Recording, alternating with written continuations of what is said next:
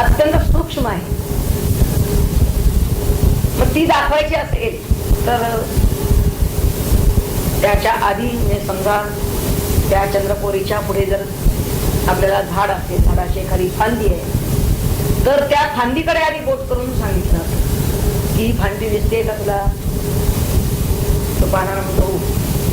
मग त्याच्या मागे जरा बघ, त्याच्या मागच्या आकाशामध्ये जरा बघ. मग त्याच्या मागचं आकाश म्हणजे एक विशिष्ट ठिकाण मिळालं त्याला, तर त्या आकाशामध्ये अगदी बारीक सूक्ष्म अशी प्रकाशमान रेखा दिसते की तोच चंद्र आहे, किंवा स्थूल अरुंधती न्याय. या अरुंधती सुद्धा दाखवाय, सप्तर्षी मधलं अरुंधती जी आहे हा तारा, हा दाखवताना सुद्धा अशाच तऱ्हेनं सांगितलं जातं. तेव्हा ही एक प्रथा आहे की अत्यंत सूक्ष्म पदार्थाचं जर ज्ञान करून द्यायचं असेल तर आधीच्या स्थूल गोष्टी दाखवत मग सूक्ष्म दाखवत. त्याचप्रमाणे जीवाला आत्मस्वरूपाची ओळख करून द्यायची, म्हणून स्थूल जे अनात्म पदार्थ त्यांच्यापासून आरंभ करायचा आहे. आणि जर जसा दृष्टीतील दोष नाहीसा होऊन ती दृष्टी सूक्ष्म होत जाईल, त्याप्रमाणे त्या आत्मस्वरूपाचं वर्णन करायचं. तसा प्रयत्न इथं केलेला आहे. तर मागच्या मंत्रामध्ये गती हा शब्द आलेला आहे, गमन असा काही तिथे अर्थ संभवतच नाही. व्यवहारामध्ये मुख्यत्वे का संभवत नाही? कारण व्यवहारात मुख्यत्वे जे गमनकता असते, जाण गमन करण्याची जी प्रवृत्ती आहे ती वास्तविक त्याला वेगळं एक ठिकाण असतं, काहीतरी ग्राम, म्हणजे ते जाणाऱ्यापेक्षा भिन्न असतं. आपल्यापेक्षा जे वेगळं ठिकाण त्या ठिकाणी तो जातो आहे, म्हणून तो परत येतो असं म्हटलं जातं. ज्या ठिकाणाहून तो गेलाय, ज्या ठिकाणाहून गेलेला आहे त्या ठिकाणी तो पुन्हा परत येतो. परंतु इथं असं आहे की गमनकर्ता जो जीव आहे, तो जीव आणि गंतव्य जे परमात्मा स्वरूप हे वास्तविक दोन्ही एकच आहे, भिन्न नाही. आणि म्हणून या ठिकाणी हे गती हा जो शब्द आहे तो गमन या अर्थाने येत नाही. झालेला एक आहे तर भ्रमानं मनुष्याच्या जीवाच्या बाबतीमध्ये मी ब्रह्म नाही, मी जीव आहे असा त्यानं विपरीत ग्रह करून घेतलेला आहे. आणि म्हणून ज्यावेळी त्याला स्वस्वरूपाचं ज्ञान होतं त्यावेळी मीच ब्रह्म आहे, म्हणजेच इथं परत गमन नाही, परत गती नाही. या ठिकाणी श्रुतींनी सर्व जे अनात्म पदार्थ आहेत ते अनात्म पदार्थ त्यांचं प्रत्येगात्म स्वरूप त्यांना सांगायचं आहे. कुठलाही अनात्म पदार्थ असला तरी त्याच्या अंतर्यामी आत्मा आहे. या प्रस्तुत मंत्रामध्ये हा परमात्मा सर्व भूत मात्रांच्या ठिकाणी आहे, पण कसा गूढ गुप्त आहे असं म्हटलेलं आहे. त्याचं ज्ञान सर्वांना होत नाही असं ते म्हणतात. आणि त्याचं कारणही त्यांनी सांगितलेलं आहे की जीव हा आवरण शक्तीने, कुणाची आवरण शक्ती? मायेची. मायेच्या आवरण शक्तीने तो आच्छादित आहे आणि म्हणून त्याला या परमात्मा स्वरूपाचं ज्ञान होत नाही. वास्तविक तो परमात्मा स्वरूप आहे, पण त्याला तसं ते जाणवत नाही. तर त्यासाठी त्याला काय करायला पाहिजे? त्यासाठी त्याला शास्त्र, नंतर गुरु यांनी त्याला हे जाणवून द्यायला पाहिजे. शास्त्रांमध्ये महावाक्य येतात, तत्वमसी, अहम ब्रह्मास्मी, विज्ञानम ब्रह्म, अयमात्मा ब्रह्म. तेव्हा शास्त्रांनी जरी कितीही सांगितलं किंवा गुरुनी ते ब्रह्म तूच आहेस असं जरी त्याला सांगितलं तरी सुद्धा हा जीव काय करतो आहे? मी जीव आहे, माझं देह मरण, माझं जन्म मरण भज कर्मबंधन असा आपला विपरीत ग्रह करून घेतो. वास्तविक या अचिंत्य अशा मायेनं मोहित झालेला हा जो जीव आहे तो या संसार चक्रामध्ये याच मुळे पुन्हा पुन्हा भ्रमण करत राहतो, या विपरीत समजुतीमुळे, अन्यथा ज्ञानामुळे. आणि म्हणून त्याला आत्मा प्रकाशित होत नाही. सर्वांना आत्मा का प्रकाशित होत नाही याचं कारण दिलेलं आहे.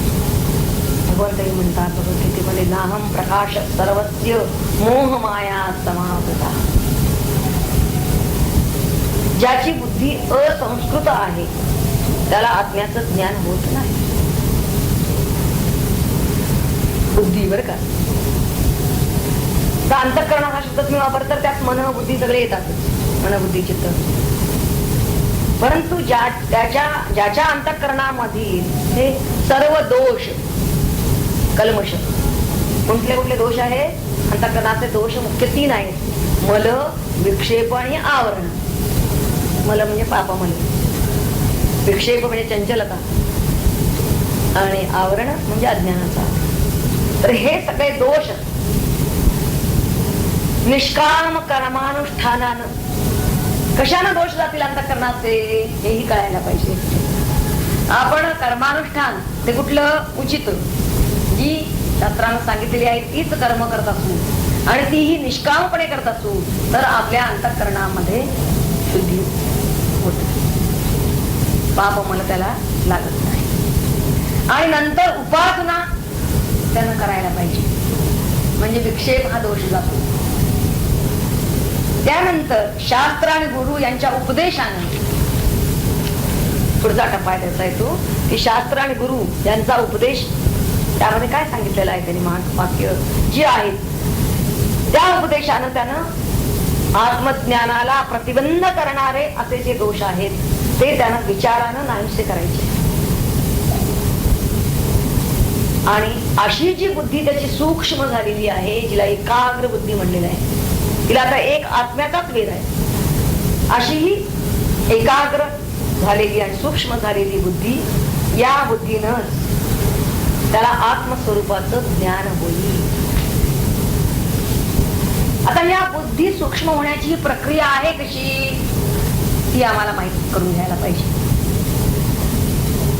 अगदी सुरुवातीपासून तो साधा कर्म करणारा सामान्य जीव आहे असं समजू आणि त्याला आत्मज्ञान करून घ्यायचं आहे. बुद्धी सूक्ष्म दर्शी व्हायचं आहे त्याला. तो वावरतो आहे, त्याची आत्ता बुद्धी पाहिली तर ती जडाकडे लागलेली आहे, तुला देहाकडे लागली. काय करावं त्यानं, अगदी पहिलीपासून आधी त्यानं उचित कर्म म्हणजे वेदविहित कर्म करायला पाहिजे. निषिद्ध पूर्णतः सोडली पाहिजे, काम्य कर्मही त्याला करू नये. आणि जी उचित कर्म तो करतो आहे, वेदविहित नित्य नैमित्तिक कर्म, ती त्यानं निष्काम बुद्धीनं केली पाहिजे. म्हणजे त्या कर्मांच्या फलाची अजिबात इच्छा ठेवायची नाही आणि त्या ती कर्म त्यानं कर्तृत्व बुद्धीनं करायची नाही. मी करतो किंवा मी ही केली अशा भावनेनं करायची नाही. अशी निष्काम आणि निरंकारपणे जर त्यानं उचित कर्म केलेली असेल तर त्या मनुष्याची बुद्धी शुद्ध आहे असं समजा. त्याला पाप यातला दोष मुख्यत्वे कुठला लागतो, अहंचा, कर्तृत्वाचा दोष लागतो, म्हणूनच भोक्तृत्वाचा दोष येतो, तलाशा निर्माण होते. हे दोन्ही दोष त्याला लागत नाही कर्मामधले, म्हणून तो शुद्ध बुद्धीचा आहे असं समजायचं. शुद्ध बुद्धीशिवाय गाडी पुढे सरकत नाही. आता या शुद्ध बुद्धीला त्यानं उपासनेची जोड द्यायची. शास्त्रामध्ये उपासना केलेली असतात आणि गुरु भेटले की गुरु सांगतात उपासना. गुरु भेटेपर्यंत शास्त्रामधल्या उपासना त्यांना पाहायच्या, शास्त्रावलोकन करून आणि एक कुठली उपासना करायची आपल्या मनाच्या वृत्तीला अनुकूल अशी. आता या शुद्ध बुद्धीला उपासनेची जोड मिळाली की ती बुद्धी स्थिर व्हायला लागते, तिचा चंचलपणा कमी होतो. चंचलपणा म्हणजे पुन्हा पुन्हा पुन्हा पुन्हा बहिर्मुखी होत असते ना, बाह्य विषयांच्याकडे लागते. त्याऐवजी ती वृत्ती सदैव अंतर्मुख होऊन जाते. अंतर्मुख म्हणजेच परमात्म्याकडेच लागून जाते. अशा शुद्ध आणि स्थिर झालेल्या बुद्धीला आता त्यानं वैराग्याच्या बळानं सूक्ष्मता प्राप्त करून द्यायची. जर जसा तो अध्यास अधिकाधिक वाढवत जाईल, आता इथे त्याला नक्की गुरु मिळालेले आहेत. तर जेव्हा अशा तऱ्हेचं वैराग्य त्याच्या अंतःकरणात निर्माण झालेलं असतं, त्यावेळी गुरु आपणता दिसतो. आता गुरूंनी त्याला जी साधना दिलेली आहे ती त्यानं सतत खंड करत राहणं, निरंतर आणि एकाग्रपणे करत राहणं. म्हणजे त्यामध्ये त्यांना खंड ठेवायचा नाही, ती श्रद्धेनं करायची आहे. आणि पुन्हा ह्या अध्यास शब्दाचा अर्थच असा होतो की एकाच विचाराची पुन्हा पुन्हा काढलेली आवृत्ती. आणि तो विचार म्हणजे हा परमात्मा विचार, भगवंताबद्दलचा विचार, याला अध्यास म्हणतो. आधी वैराग्याचा त्याला पाडबळ आहे. आता अशा तऱ्हेनं जेव्हा तो अभ्यास करत राहतो, त्यावेळी त्या बुद्धीला इतकी सूक्ष्मता येत जाते. म्हणजे जडातून सूक्ष्मात जाणाऱ्या ह्या 3 पायऱ्या आहेत असं म्हणूया आपण. जडातून सूक्ष्मात म्हणजे या अखिल दृश्यातून अदृश्यात. दृश्य सगळं त्याला जे जे काही जाणवत आहे बाहेर, त्याला दृश्य म्हणतो. त्याच्या इंद्रियांना, मनाला, बुद्धीला जे जे जाणवत आहे, शब्द, स्पर्श, रूप, रस, गंध, हे पंच विषय आणि स्थळ आणि काळ, ह्याचंही भान आहे त्याला, कोणत्या ठिकाणी आणि कोणत्या वेळी. तर या सगळ्याला मिळून दृश्य बनतं. दृश्य कशाला म्हणलं जातं? दृश्यामध्ये हे पंचविध विषय येतात आणि पुन्हा स्थळ काळ येते. तर हे जे दृश्य आहे, या दृश्याच्या अतीत आत्मा आहे. त्याला स्थल परिच्छेद म्हणजे देश परिच्छेद नाही, काल परिच्छेद, परिच्छेद म्हणजे मर्यादा नाही, आणि वस्तू परिच्छेद नाही. वस्तू परिच्छेद नाही म्हणूनच हे पंचविध विषयांच्या अतीत जातो, निर्विषय आहे. तेव्हा आत्मदर्शन करून घेण्यासाठी त्याला दृश्यातून अदृश्याकडे आता जायचं. मग काय करायला पाहिजे? क्रमानं बघूया. इंद्रिय धर्मामध्ये रमणारी त्याची जी वृत्ती आहे, ती वृत्ती आता इंद्रिय धर्मांना सोडून तिनं आता मनात रमायला लागली. नंतर ज्यावेळी साधक ही पहिली पायरी चढतो, इंद्रियांना त्यानं विषय दिलेले नाही, तर तो अंतर्मुख झालाय, मनामध्ये तो विचार करतो आहे. आता मन काय करतो आहे? संकल्प आणि विकल्प करतो आहे. आता हा मनाचा जो धर्म आहे संकल्प विकल्प करण्याचा, तो त्यानं सोडून द्यायचा. कशा तऱ्हेनं त्यानं आपल्याला तयार करत जायचंय स्वतःला. आधी इंद्रियांना त्यानं तयार करायचं. म्हणजे काय करायचं? इंद्रियांना जे इंद्रियांचे धर्म, त्यामध्ये जे वृत्ती त्याची रमत असते, ते त्याने इंद्रिय धर्म सोडून दिले. म्हणजे थोडक्यात सांगतात ते की डोळे मिटून घ्या, कानी बंद ठेवा. कानी बंद कशी ठेवणार? कारण बोळे कोंब आहे तर ऐकू नका. जे ऐकण्यासारखं न देखे ते बिठीची गाडी, नाही कणे ते कानाची वाडी, आवाजचे ते टाळी जीवची गा, असा प्रत्याहार सांगितलेला आहे ज्ञानेश्वर महाराजांनी. जे बोलू नये असं बोलायचंच नाही त्यांनी.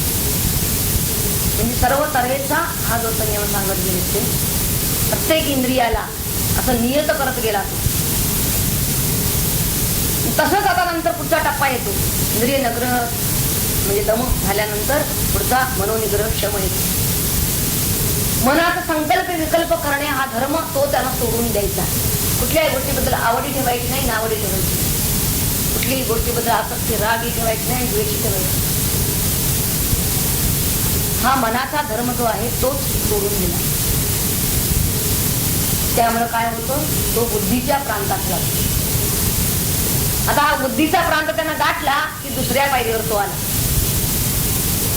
आता तो एकाच विचाराच्या बुद्धीमध्ये आवृत्त्या काढायला सुरू करायच्या. बुद्धीच्या प्रांतात सुद्धा एकच विचार, आत्मविचार. मग तो अहम ब्रह्मास्मी असो किंवा आणि कुठलं नाम असो, तर त्याच्याच आवृत्त्या सतत काढायला लागला. त्यामुळं त्याची बुद्धी मग एकाग्र व्हायला लागते. एकाग्रता म्हणजे सूक्ष्मता. आणि या अशा या एकाग्र सूक्ष्म झालेल्या बुद्धीला आत्मदर्शनाचं सामर्थ्य प्राप्त होतं. तिच्यात ती क्षमता येते. ज्यावेळी त्या बुद्धीचा निवड करणे हा बुद्धीचा हे धर्म आहे. सार काय, आधार काय, नित्य काय, अनित्य काय, कार्य काय, अकार्य काय, आत्मा काय, अनात्मा काय, अशा तऱ्हेनं बुद्धी ही निवड करत असते. तर हा निवड करण्याचा तिचा धर्मही त्यांना मग सोडून द्यायचा. जेव्हा सगळंच गोड आहे त्यावेळी मग निवड कशाची करणार? सगळं जर आत्मरूप आहे तर ज्यावेळी बुद्धी हा निवड करण्याचा आपला धर्म सोडून देते त्यावेळी त्या वृत्तीचा संपूर्ण लय होतो. बुद्धीमध्ये ही ज्ञान वृत्ती आहे. ज्ञान वृत्ती म्हणजे ती अहमस्फूर्ती, त्याची जाणीव, त्याचा उन्मेष. तर या वृत्तीनं सुद्धा आपला अहम सोडणं याचा अर्थ त्या वृत्तीचा लय झाला. ती सहा रूप झाली. या तिसऱ्या पायरीवरती जेव्हा साधक आहे, हा साधक आत्मदर्शन करून घेण्याला समर्थ आहे. तो तसंच नेटानं जर आपलं साधन चालवेल, अहम सहा या पायरीवर असणारा साधक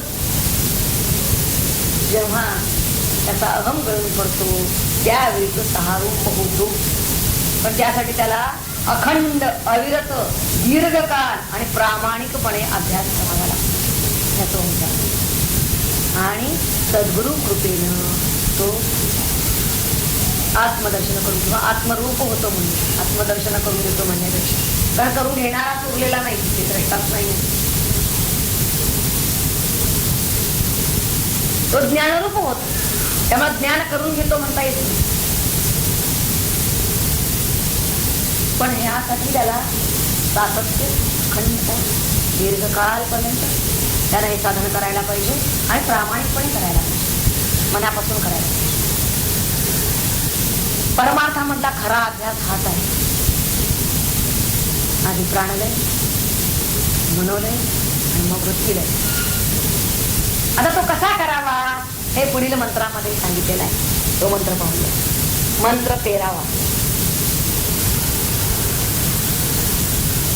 यच्छेद्वांग मनसि प्राज्ञः तत् यच्छेद ज्ञानमात्मनि ज्ञानमात्मनि महति नियच्छेद तद्यच्छेद शांतनामात्मनि शांत आत्मनि.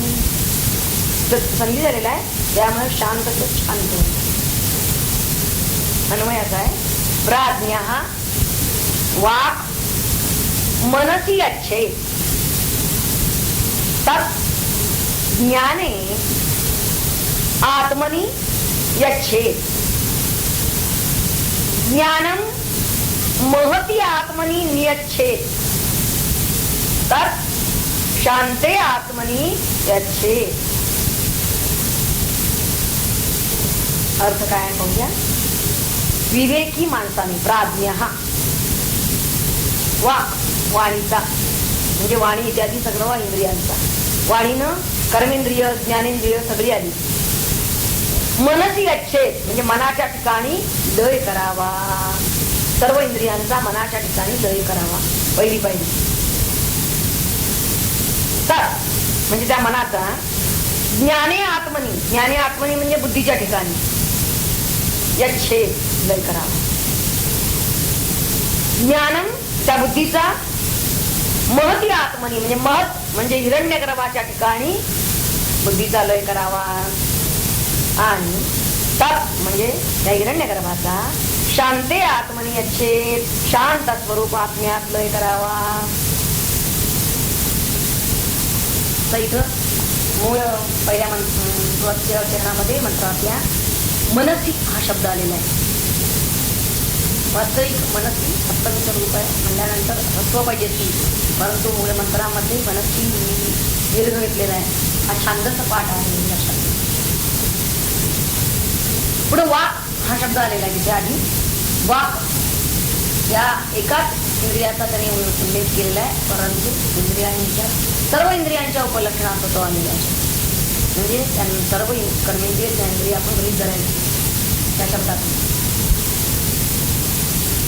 या मंत्रामध्ये त्यांनी आत्मज्ञानाचा आपल्याला आता उपाय सांगितलेला आहे. आणि या विवेकी मनुष्यानं वाणी इत्यादी सर्व इंद्रियांचा मनामध्ये उपसंहार करावा. थोडक्यात त्यांना बहिर्मुखता सोडून अंतर्मुख व्हा असं त्यांना सांगायचं. इंद्रियांना एका ठिकाणी करून सगळ्यांना त्यांना पुढं रेटून मनाशी एकरूप करा.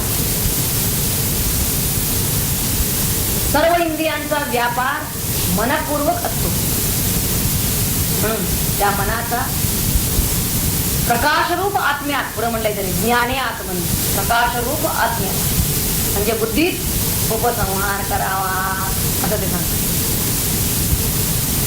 आता मन हे शांत आणि पवित्र जेव्हा असतं त्यावेळी स्वतःच बळ सहजच निघून जात आणि मग ते बुद्धीत अगदी सहजरित्या एक भावानं समरत होतं. मन बुद्धीत कसं समरत होतं आणि केव्हा होतं, जेव्हा ते शांत आणि पवित्र असतं. म्हणून आधीची शुद्धी आवश्यक आहे. आणि शांतता याचा अर्थ निस्तरंगता म्हणजे मनामध्ये कोणताही विकार न उद्भवणं, निर्विकार मन, त्याला शांत मन म्हणते. असं शांत आणि पवित्र मन जेव्हा असतं तेव्हा ते आपोआप बुद्धीमध्ये समरस होऊन जातं. आता बुद्धी मनादी इंद्रियांना निश्चय रूपाने व्यापते, म्हणून ती त्यांचा आत्मा म्हणजे प्रत्यक्ष. ती त्यांचा आत्मा का म्हणजे यासाठी स्पष्ट करून सांगितलं. ही बुद्धी आता कशामध्ये तिचा उपसंहार करायचा आहे की जो प्रथम उत्पन्न झाला महत् समष्ट रूप हिरण्यगर्भ ज्याला म्हणलं आपण, त्याच्या ठिकाणी ती बुद्धी उपसंहृत करायची आहे, विलीन करायची आहे. कारण या हिरण्यगर्भाला या अज्ञाचं सर्वांच्या पेक्षा अधिक असं विशेष ज्ञान आहे आणि ते याला संपादन करायचं आहे. म्हणून म्हणजे थोडक्यात अंतःकरणामध्ये आपल्या ज्या अनंत वृत्ती आहेत त्या सगळ्या अनंत वृत्तींचा लय करत करत करत एकच चरम वृत्ती ठेवायची की जिला हिरण्यगर्भ म्हणलं करून. आता कसं स्पष्ट मंत्रामध्ये म्हणलेलं पण तेच सांगायचं. अंतःकरणाच्या वृत्ती अनेक आहेत. सगळा त्रिपुटी लय होत जातो आपोआप त्याचा. तो करता असतो, करता कर्म क्रिया किंवा कार्य. त्यानंतर भोक्ता आहे, भोक्ता भोग्य भोग त्रिपुटी. द्रष्टा आहे, द्रष्टा दृश्य दर्शन. ज्ञाता आहे, ज्ञाता ज्ञेय ज्ञान आहे. ह्या सगळ्या आपण ह्या ध्यानाचे ज्ञाता ज्ञेय ध्यान ह्या सगळ्या त्रिपुटी यांचा लय करत जायचं आहे. आणि शेवटी आणि तो एवढाच तो उरतो. तेव्हा ही जी समष्टी हिरण्यगर्भ रूप असा याला महान आत्मा महती आत्मा असा म्हणलेला आहे. याचा लय आता ह्या अहमचा लय त्या 6 मध्ये म्हणजे त्या शांत आत्मा आपल्याला म्हणलेला आहे. शांत का? कारण तो अहंकार रहित आहे, ज्यामध्ये अहंचा लेशही नाही. केवळ 6 रूप, अधिष्ठान रूप, सत्ता रूप, सदरूप की जो चिद्रूप ही आहे, ज्ञानरूप आहे असा तो शांत आत्मा. त्यामध्ये हा अहम रूप, त्या अहम स्तुती ही विलीन करा त्याचा लय. शांत आत्मा कसा आहे स्थूल सूक्ष्म सगळ्या प्रपंचाच्या ठिकाणी ज्या त्या ठिकाणी त्या सर्व स्थूल सूक्ष्म असा अभावच आहे मुळातच, त्याचा लेशही नाही. आणि जो मुळातच सर्वांतरतम आहे, सर्वांतर्यामी आहे, सगळ्यांच्या अंतर्यापार आत आहे आणि सर्व बुद्धी प्रत्यय साक्षी आहे. त्या बुद्धीला जे जे प्रत्ययाला येत आहे त्या त्या सगळ्याचा तो प्रकाशक आहे, साक्षी आहे. असा केवळ साक्षी आणि निरुपाधिक आहे, निर्विशेष आहे, अविक्रिय आहे, कोणताही विकार आहे त्यांचा. असा जो मुख्य आत्मा म्हणजेच ज्याला परमात्मा असे म्हणतात, त्याच्या ठिकाणी या हिरण्यगर्भरूप महती आत्म्याचा उपसंहार करून आपण स्वरूप स्थितीचा. त्याप्रमाणे मनुष्य आत्म्यामध्ये सर्व कार्यांचा सहविलय करतो आणि कृतकृत्य होतो. आता वेदांत शास्त्रामध्ये हा अशा तऱ्हेने आपल्याला समाधी योग म्हणून सांगितलेला आहे. म्हणजेच आपण क्रमानं स्थूलापासून सूक्ष्माकडे जाण्याचं वर्म यातून जाणून घेतो आणि मग परब्रह्मस्वरूप अशा सर्वश्रेष्ठ अशा स्वरूपावर आपण आरूढ होतो. ते म्हणतात या स्वरूप ज्ञानानं आपल्या ठिकाणी जसं मृगजळाचा भासणार आपल्याला मृगजळ हे भासत आहे, त्याच प्रकारे हे विश्व सुद्धा आपल्याला भासत आहे, दिसतो आहे. आता यातलं काय भासत आहे विश्वामधलं? ही विविधता ही भासते. कारण विश्वामध्ये जे अंतर्यामी आहे आत्मतत्व हे एकच आहे. मग भासमान काय होत आहे तर विविधता. ज्या प्रकारे दोरीवरती साप भासतो आणि तो भास नुसता अनिर्वचनीय आहे, त्याच प्रकारे या ब्रह्मावर सुद्धा जगताचा होणारा भास जेव्हा तो या स्थूलाकडून सूक्ष्माकडे जाण्याचा हा जो क्रम सांगितला, या क्रमानं जर तो जाईल आणि स्वस्वरूपावर आरूढ होईल, त्यावेळी त्याचा हा जगताचा भासही नाहीसा होईल. तसं पाहिलं तर आकाशाला रंग कोणता आहे? कोणताच रंग नाही, पण तरी सुद्धा प्रकाशाच्या खेळामुळे निळा रंग वाटतो. हा जो निलिमा आहे, त्याच प्रकारे मायेच्या खेळामुळे हे आपल्याला जगत. पण जेव्हा स्वरूप ज्ञान होतं त्यावेळी मात्र हा आभास आणि जीव कृतकृत्य होतो. त्याला पराशांती आणि प्रसन्नता लागते आणि ती लाभावी, तीच त्याला मिळवावी. यासाठी म्हणून उपनिषदकार अगदी कळवळ्यानं त्याला कोणतं आवाहन करताय पहा. पुढचा मंत्र अत्यंत महत्वाचा आहे. उत्तिष्ठत जाग्रत प्राप्य वरान निबोधत क्षुरस्य धारा निशिता दुरत्यया दुर्गम पतस्तत् कवयो वदन्ति. अन्वयात आहे उत्तिष्ठत जाग्रत वरान प्राप्य निबोधत क्षुरस्य निशिता धारा दुरत्यया तत् दुर्गम पथा कवया वदन्ति. अर्थात याचा शब्दार्थ उठा, जागे व्हा,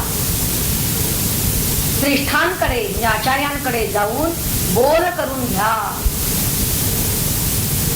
क्षुरस्य धारा म्हणजे पाझळलेल्या, म्हणजे चांगली धार काढलेल्या पस्तराच्या धारेवरून चालणं जसं कठीण, तसा आत्मज्ञानाचा मार्ग कठीण असल्याचे ज्ञानी लोक सांगतात. कवया वदन्ति.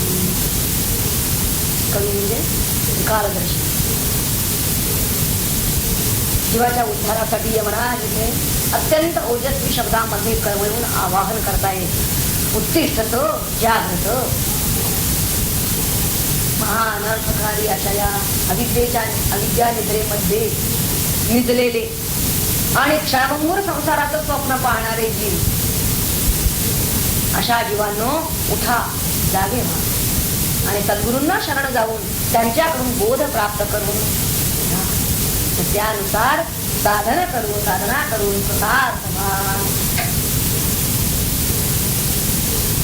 करून करू किंवा पुढे म्हातारपणी करू असं म्हणत बसू नका. ज्ञानी लोक सांगतात तीक्ष्णधारेच्या पात्यावरून चालणं जसं कठीण आहे तसाच हा आत्मप्राप्तीचा मार्ग दुर्गम आहे. आणि त्यासाठी आता क्षणाचाही विलंब न करता निश्चयानं कार्यरत व्हा. हा अध्यास अति सूक्ष्म असल्यामुळं इथं अत्यंत सावधानी बाळगावी लागते. श्रद्धारा म्हणण्याचं कारण ते आहे. विशेषतः वृत्ती आवरण्यावर इथं भर दिलेला आहे. ज्ञेय जो आत्मा तो अत्यंत सूक्ष्म अशा बुद्धीला विषय होतो. आणि ती बुद्धी क्षुरस्य धारा म्हणजे तलवारीच्या धारेप्रमाणे तीक्ष्ण असतात. तिच्यावरून चालणं जितकं कठीण तितकंच आत्मज्ञानाचा मार्ग आक्रमण सुद्धा कठीण आहे. ज्ञानेश्वर महाराज तर सांगतात बुद्ध्याधिकांचे भोगते जातात. कितीही बुद्धिमान मनुष्य असला तीव्र बुद्धीचा तरी सुद्धा ज्याच्या साह्यानं हे मार्गक्रमण करायचं आहे ते साधन सुद्धा शाबूत राहिलं पाहिजे. तर त्या धारेमधून चालायचं आहे पायाने. तर ते पायाना जर कापलं तुझ्या झाली तर चालणार कसा तो पुढे ते रक्तकुंभार झाले पाहिजे. आणि प्रत्यक्ष मार्ग आक्रमक असताना तो मार्ग किती सूक्ष्म आहे त्या तीक्ष्ण धार जी आहे त्याच्या टोकावरती उभा राहायचं म्हणल्यानंतर मार्ग अत्यंत सूक्ष्म आहे. अशा वेळी तोल जाण्याची शक्यता म्हणून क्षणभरही तोल जाता कामा नये. मार्ग आक्रमताना ही खबरदारी घ्यायची. दोन तऱ्हेची खबरदारी झाली. एक तर जे साधन घेऊन आपण चाललो आहोत शरीर माध्यम कृदर्म साधन ते शाबत राहिलं पाहिजे. परंतु त्यात कायम शरीराकडे लक्ष देत तुम्ही चालणार नाही कारण किती होईल म्हणून च्युतही होता कामा नाही तोली जाता कामा नाही. मग हे कसं या तऱ्हेनं असं मार्गक्रमण करायचं कसं असं त्याला वाटले. आणि ते सद्गुरू शिकवतात. यासाठी परब्रह्मापर्यंत पोहोचण्याच्या मार्गामधील सर्व बारकावे सद्गुरू सांगू शकतात. म्हणून त्यांचं मार्गदर्शन घ्यायला सांगितलं. उत्तिष्ठत जागृत हे आवाहन आपल्याला माहित असेल. स्वामी विवेकानंद सुद्धा याला आपल्या मिशन कार्याचं बोधचिन्ह केलेलं होतं. उत्तिष्ठत जागृत किंवा अविद्येच्या रात्री मोहरूपी निद्रेमध्ये जे झोपले आहेत आणि संसाराची स्वप्न पाहत आहे अशा जीवांना उपनिषद काळ इत्यादी उत्तिष्ठत म्हणजे उठ असं आधी म्हणतात. झोपेतून आधी उठवत आहे. आता हे त्यांचं हे उत्थान म्हणजे त्याला आपल्या अज्ञानाची जाणीव उठवणं. म्हणजे उठल्याबरोबर मनुष्याची पहिली प्रतिक्रिया काय मी झोपलो तसं मी आजवर अज्ञानात होतो हे त्याला कळलं पाहिजे. आता झोपेतून उठला म्हणजे काही तो लगेच पूर्ण जागृत झालेला असतो असं नाही. म्हणून पुढची हाक दिलेली आहे जागृत जागा हो. नुसता उठला तर तेवढ्या म्हणून तो जागा झाला असं नाही. म्हणून जागृत दुसरी हाक आहे ही जागा हो. आता हा जागेपणा म्हणजेच विवेक. नुसतं अज्ञान आपल्याला करून उपयोगाचं नाही तर त्या ज्ञानाच्या बाबतीतही आपण सजग व्हायला पाहिजे. म्हणजे खरं ज्ञान कोणतं आणि त्याच्या ठिकाणी सदैव तत्पर असणं हीच खरी जागृती आहे.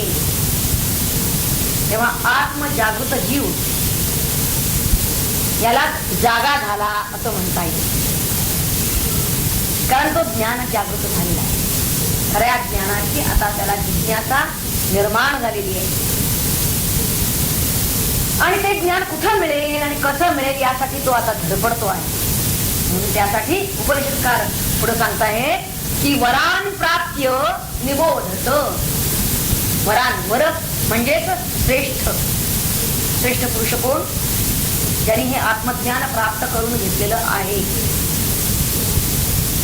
त्यांना आपण प्राप्त व्हायचं. म्हणजे त्यांना आपण भेटायचं आणि त्यांच्याकडून निबोधत म्हणजे त्यांच्याकडून बोध प्राप्त करून घ्यायचा. तर तेच या मार्गाचे चांगले वाटाणे आहे. मनुष्य एक वेळ प्रपंचातील काही आघातांनी जागा होईल,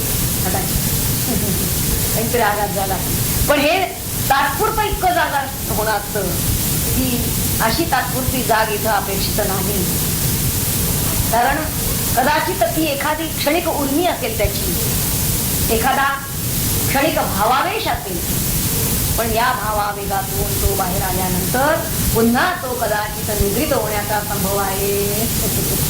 म्हणून इथं हे जागे होणं जे आहे ते अखंड टिकण्यासाठी म्हणून त्याला वरान प्राप्य सद्गुरूंच्याकडे त्याला जावं लागेल. वरान म्हणजे सद्गुरूंना प्राप्त व्हावं लागेल, त्यांच्याकडे जावं लागेल. कारण ते सदैव आत्मजागृत असतात. त्यांचा बोधरवी, त्या बोधरवीला दिवस आणि रात्र हे माहीत नाही. अंधकाराची वार्ता ज्या गावाला नाही अशा गावचे ज्ञान सूर्य. म्हणून निबोधत म्हणजे जेव्हा ते बोध करतील तेव्हा त्या बोधार्का पुढे अज्ञान अंधकार नावालाही उरणार. या वाटचालीमध्ये धोके हे तेच सांगू शकतील. तेव्हा त्यांना प्राप्ती, त्यांना आपण भेटायचं, त्यांच्या पुढे शरण जायचं.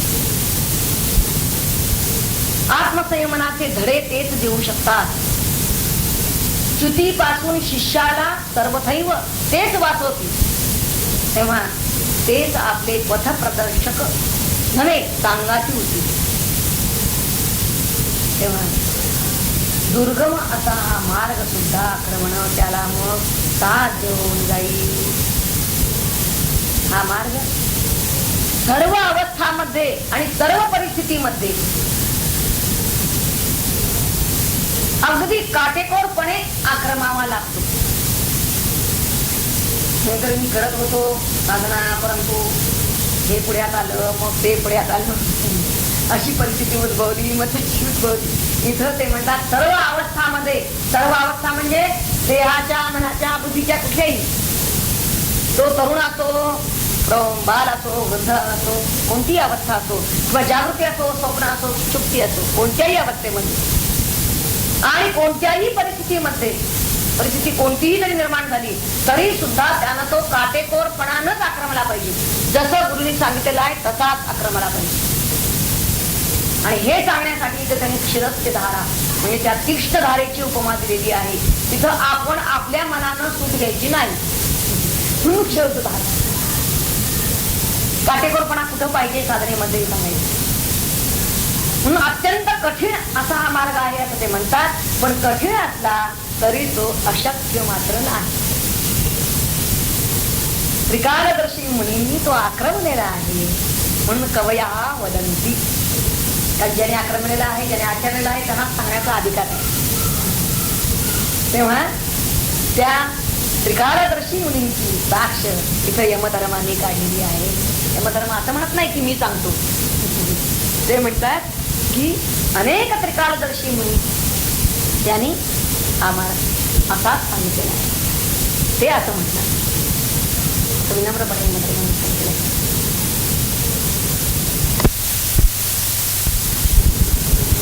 ब्रह्मदेका निर्विशेष परात्पराचा पुरुष दूरतयाच्या भेटीत कोठे चालय लागते ना.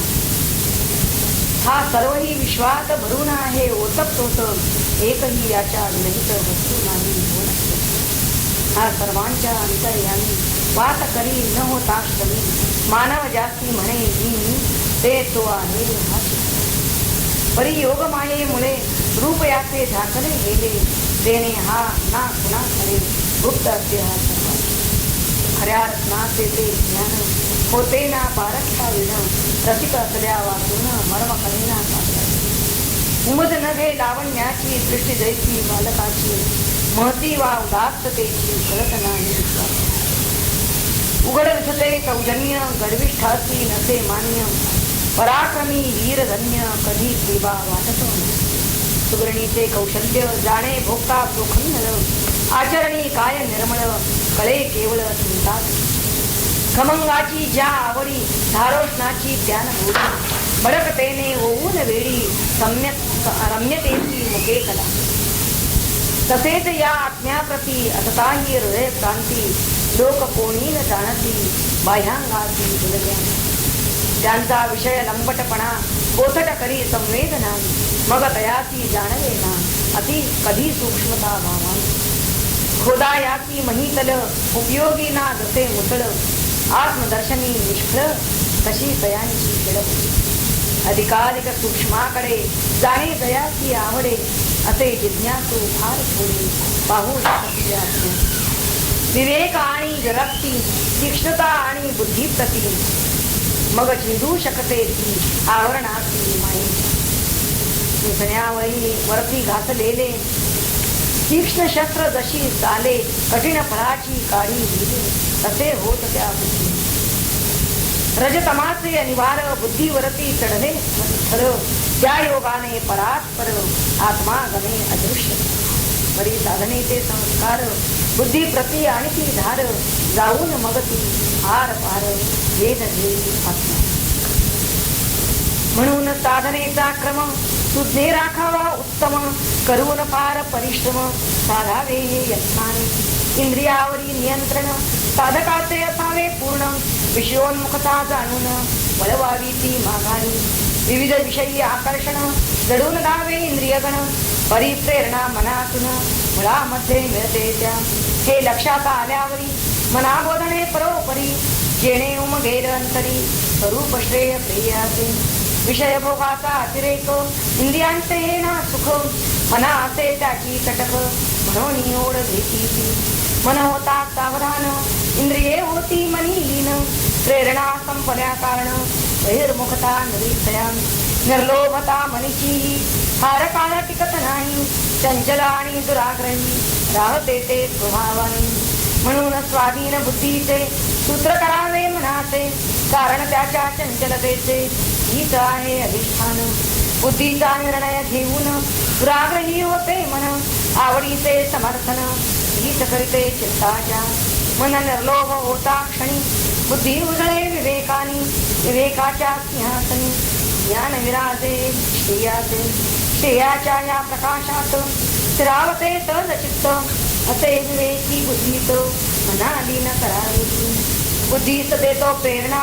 मुळामध्ये अंपणा वैशिष्ट्याच्या संरक्षणा सर्व भावे धरतो तो बुद्धी वाढता विवेक गोडी तत्वज्ञानी घेते बुडी तसे होता सुटते बिडी आत्मानंदे अहंतेची बेडी तुटता अहंकार होऊन या स्वरूपाकार परमात्मा श्री परमेश्वर त्याच्या पदी लीन होतो संतोष जेथ पावे तृप्ती जेथे प्रसन्न होते शांती सरोवर जे विमल कीर्ती आनंदा विहरावया विष्णूच्या या परमपदी येऊन पोचती आनंदी क्रमाक्रमाने साधून सिद्धी साधका आपल्या विष्णू माया भ्रम होऊन दूरी परमात्म्यात अंशा परी जीवलीन झाल्यावरी बंध सारे नष्ट होती नाम रूप आणि कर्म संसाराचे मूर्त धाम तरुण जाता माया भ्रम नामाधींचा मोहन रे परमात्म्याचा साक्षात्कारी जीवाच्या मरणंतरी आनंद दाटे तेथे दुसरी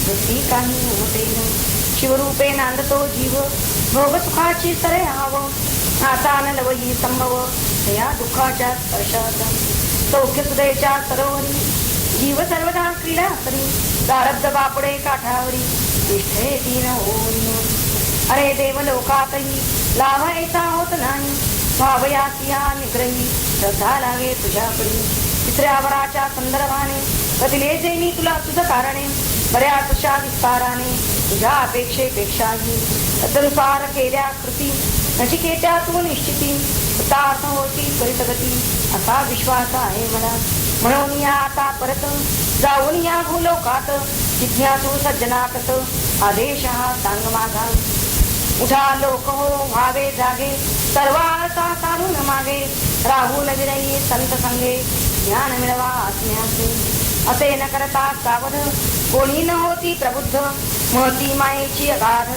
मोहित करी सर्वांना अनादि अविद्या शय्येवरी लोळत राहती निरंतरी अज्ञानाची निद्रापुरी गिरते तेथे लोकांची लोभ तेथे होतो उशी पांघरताती मोहाची तांब्या भांडे डोक्यापाशी हसते विषया सक्तीचे कामक्रोधांचे घोरणे दुष्कृत्यांचे बडबडणे नाना परीची वगती स्वप्ने मनी महत्वाकांक्षेची सुखदुःखाच्या कुशीवरी मधून मधून वळती वरतरी पुन्हातही ना येते पुरी कर्तव्याची जागृती या सर्व जागे करण्या जना करावी लागते गर्जना आपण होऊन कधी ना लोक सावध होती कुणी आत्म्याची ज्या झाली प्राप्ती असे महात्मे सन्मती परोपकारासाठी जगती तैसे वागावे यमधर्माचे भाषण चालत असता अवधान सर्वही गोळा करून ऐकत होता नचिकेता विवरणाच्या प्रभावाने उतंबळून येई मने शरीर त्याचे रोमांचाने मोहरलेले होते की प्रसन्नता ओसंडुनी जणू आहे नैना तुम्ही कमल तैसे जैसे तरंगानी तिले सुखावे प्यारी कृषिताची अमृतपान तसे तया ते विवेचन अन्य कशाचे नव्हते भान एकाग्रतेने त्या ठाई परियेने संबोधिता तंद्री भंगोनी नचिकेता जोडोनी आपुल्या हाता म्हणे यमाची विनयाने आपुली आज्ञा प्रमाण प्रभो मनसी आहे पूर्ण संदेशा आपुला पोचवीन श्रीवरी जाऊन ज्या सुखाची अनुभूती श्रवणे आली मजप्रती गौरवाने तिची मती लोकापती सांगेन त्या योगाने अज्ञानात सुखदुःखे जे भोगितात ते होऊन जागृत जाणतील खऱ्या सुखांत अस्वास्थ्य त्यांचे निमेल साऱ्या व्यथा हरपतील सहजपणाने ते सकल सुखी होतील जीवनी टाकून या मार्ग सोपा नकळे का भोगिती पातापा लोकविकारांच्या प्रकोपा विकारुनी नाना परी ऐकत आहे स्मितवदन यम म्हणाला हसून असे न यावे उतंबळून मार्ग सोपा नाही वृंद असता हातभरी पाऊल वाट जी डोंगरी ही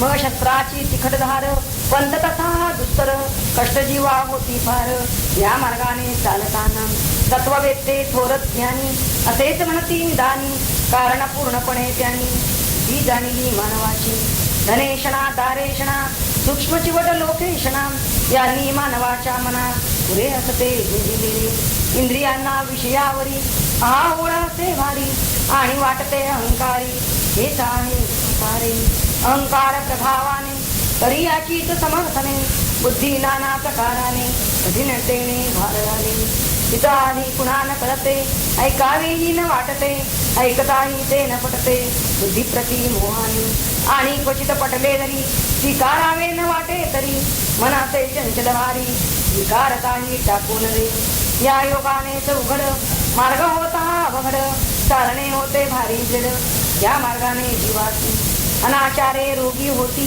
हेच पथ्या कंटाळती औषधाचा द्वेष करीती आता आरोग्य लागले त्याची पुष्कळ कष्टावे लागते तरी हाती पीक येते खोल खोदावे धरणीचे अदा लागे गोड पाणी कधीतरी सैनिकाची लढावे लागे रणाची परी येथे अहर्निशी प्रसंग जीवा युद्धाचा प्रतिकूल स्थिती बाहेर आत्मन अहंकार या दोन्ही आघाडीवर लढणे भाग होते युद्ध असे हे घनघोर वेकडाची भयद फार करून जातो त्यांचा धीर युद्धाच्या या कल्पनेने परी भ्याडही अंतपुरी प्रौढी आपुली निरवी खरी तसे कर्तृत्व संसारी भोगामध्ये दाविती जन टाकून इतर पदार्थाची तडक्यावरी वसते माशी देवी सगळ्या इंद्रियाची मोहर आहे विषयांचा भ्रमर करी गुंजारव वेशा कामुक हाव भाव मुंग्यांची चाले धावा धाव मनाची ही तीच तोडण्याची विषयासक्ती मन इंद्रिये न इच्छिती खेणे कठीण होते अति प्राप्ती आत्मस्वरूपाची एका वेळी दोन्ही डगरी धरिता कधी न येती करी सुज्ञाने दृढ विचारी आश्रया जावे एकीच्या विषय आणि परमेश्वर यात अंतर्गमे फार एक भोवती पृथ्वीवर लोकाच्या पार इंद्रियांना विषयाची जन्मदात असे रुची तया गोडी परमार्थाची लागणे ना शक्य होते विषय सुखाचे साधन रसगंधारी होती गुण त्यांच्यापेक्षा अगदी भिन्न आहे पहा परमात्मा अशब्दमस्पर्शमरूपमव्ययम् तथा रसं नित्यमगन्धवच्चयत् अनाद्यनन्तं महतः परं ध्रुवं निश्चायतं मृत्युमुखात् प्रमुच्यते. अन्वय असा आहे यात अशब्दम अस्पर्शम अरूपम अव्ययम तथा अरसम नित्यम अगंधवत च अनादि अनंतम महतः परम ध्रुवम निश्चाय तत् मृत्युमुखात् प्रमुच्यते. अर्थ आहे जे अशब्द अस्पर्श अरूप अव्यय तसंच अरस म्हणजे रसहीन नित्य अगंधयुक्त म्हणजे सुगंधरहित अनादि अनंत महत्त्वाहून पर आणि निश्चल ध्रुवम हे पुटस्थान अशा आत्मतत्वाला जाणून तत् निश्चाय तत् म्हणजे त्याला परमात्म्याला निश्चाय जाणून मृत्युमुखात प्रमुच्यते जीव मृत्युमुखातून मुक्त होतो म्हणजे मृत्यूच्या तावडीतून सुटतो.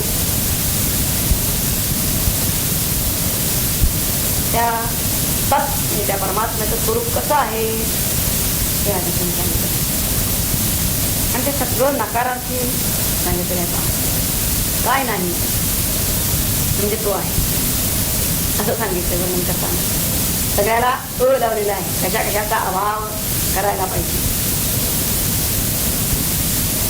या मंत्रामध्ये ज्ञेय जे ब्रह्म ते अतिशय सूक्ष्म कसं आहे याचंच वर्णन केलेलं आहे. कारण पहा यामध्ये पृथ्वीपासून आकाशापर्यंत जी पंचमहाभूत आहेत ती जशी उत्तरोत्तर सूक्ष्म होत जातात सूक्ष्म म्हणजे महत्व विशुद्धत्व आणि नित्यत्व या दृष्टीने त्यांच्या ठिकाणी न्यूनाधिक्य म्हणजे अधिकाधिक प्रत्येक पंचमहाभूताच्या ठिकाणी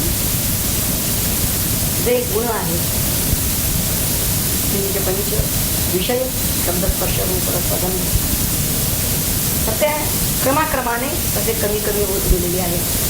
पहा पृथ्वी ज्या ठिकाणी शब्दस्पर्श रूप रसगंध पंचही विषय पुढचं आपतत्व त्याच्या ठिकाणी पृथ्वीत्व नाही किंवा शब्दस्पर्श रूप रसगंध मध्ये गंधतत्व नाही पण बाकीची चार आहे. पुढचं तेज तत्व त्याच्या ठिकाणी गंधतत्व नाही रसतत्व नाही परंतु बाकीचे 3 गुण आहेत. वायूच्या ठिकाणी रूप गंध रस हे 3 गुण नाही आणि स्पर्श आणि विषयता आहे. आणि आकाशाच्या ठिकाणी फक्त 1 गुण आहे शब्द. गंधादी शब्दामध्ये सर्व गुण आकाशाच्या ठिकाणी फक्त 1च गुण आहे शब्द. त्या गंधादी शब्दामध्ये सर्व गुण स्थूल आहे आणि ते सर्व विकार आहे आणि त्यामुळे सर्व गुण ज्याच्या ठिकाणी नाहीत अशी जी वस्तू म्हणजे सर्वांच्या पेक्षा जी नित्य निरतिशय विशुद्ध अशी जी वस्तू आणि आत्मवस्तूचं वर्णन करताना अशब्द अस्पर्श अरूप अरस अगंध असे शब्द वापरलेले आहेत. त्याच प्रकारे त्याबरोबर त्यांनी अव्ययम, नित्यम ही वर्णन केलेलं आहे. तेव्हा या प्रत्येकाचा समाचार आपल्याला घ्यायला पाहिजे. अव्ययम असं तिथं म्हणलेलं आहे, जो पदार्थ मुळात शब्दादी गुणांनी युक्त असतो तोच नाश पावतो. व्यय म्हणजे नाश पावतो. आत्मतत्व हे शब्दादी गुणातीत आहे म्हणून न व्ययेति, न व्ययेत इति अव्ययम. ते अविनाशी आहे म्हणजे नित्य आहे. पुढे तरी म्हणले अनादि अनंत. ज्याला कारण असतं त्याला साधी असं म्हणतात. समजा घटपट याला कार्य, शेवटी त्या कारणामध्ये त्याचा लय होतो. म्हणजे घट ज्यापासून बनला होती त्या मातीतच त्याचा लय आहे. घट कुठला पुन्हा माती आहे. म्हणजे कार्याचा लय कारणामध्ये होतो. आत्मतत्व हे सर्वांचं कारण आहे, पण त्याचं कारण कोणी नाही. अनादि, त्याचा आधी म्हणजे कारण कोणी नाही, म्हणून ते नित्य आहे. ते कोणत्याही कारणात विलीन होत नाही, म्हणजे ते कशाचंही कार्य नाही आणि कार्यही नेहमी नाश होत. तसंच ते अनंत आहे, म्हणजे त्याच्या कार्याच्या नाशामुळे त्याचा विनाश होत नाही. स्त्रीला घड लागला, कार्यरूपाला आली, तरीचा नाश आहे, किडच खंडून टाकली, म्हणजे कार्याच्या नाशामुळे त्याचा मूळ गोष्टीचा नाश. परंतु तसं आत्म्याच्या बाबतीत होत नाही, म्हणून त्याला अनंत असं म्हणलेलं आहे. पुढे म्हणले त्यांनी आत्मतत्व हे महत्त्वापेक्षाही विलक्षण आहे. महतः परम, ते सर्व साक्षी स्वरूप आहे, ज्ञान स्वरूप आहे, सर्वांपेक्षा महत्, म्हणून त्याला ब्रह्म असं म्हणले जातं. पुन्हा हे आत्मतत्व कुटस्थ नित्य आहे. ध्रुवम, आकाशानादिकाप्रमाणे ते सापेक्ष नित्य नाही.